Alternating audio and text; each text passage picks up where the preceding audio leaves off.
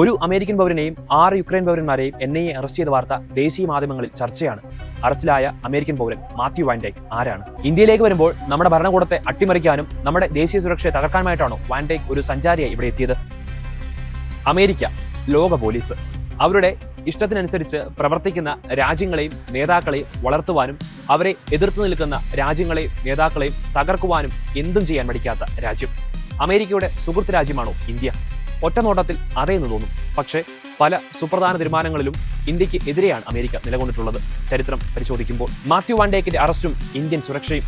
Mathew van Dijk ഒരു CIA ചാരനാണെന്ന കാര്യത്തിൽ തർക്കങ്ങൾ കാണും. പക്ഷേ അദ്ദേഹത്തിന്റെ മുൻകാല പ്രവർത്തനങ്ങൾ പരിശോധിക്കുമ്പോൾ അത് തിരുത്തപ്പെടും.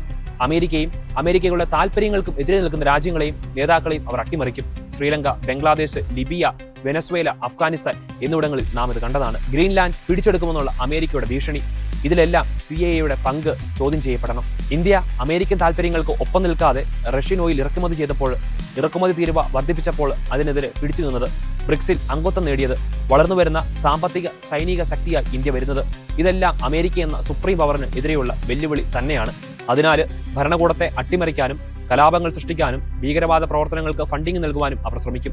പക്ഷേ അപ്പോഴെല്ലാം രാജ്യത്തിനൊപ്പം നാം നിലകൊള്ളണം. കാരണം നമ്മുടെ രാജ്യം നശിച്ചു പോയാൽ നമുക്ക് നഷ്ടപ്പെടുന്നത് നമ്മുടെ വളർച്ചയും നമ്മുടെ പാരമ്പര്യങ്ങളും നമ്മുടെ ചരിത്രവുമായിരിക്കും. പിന്നെ ഇവിടെയുള്ള ചിലർ വിചാരിക്കുന്നത് അമേരിക്ക ഇന്ത്യയെ ആക്രമിച്ചാൽ ഇവിടെയുള്ള ക്രിസ്ത്യാനികൾ അമേരിക്കയ്ക്ക് ഒപ്പം നിൽക്കുമെന്നാണ്.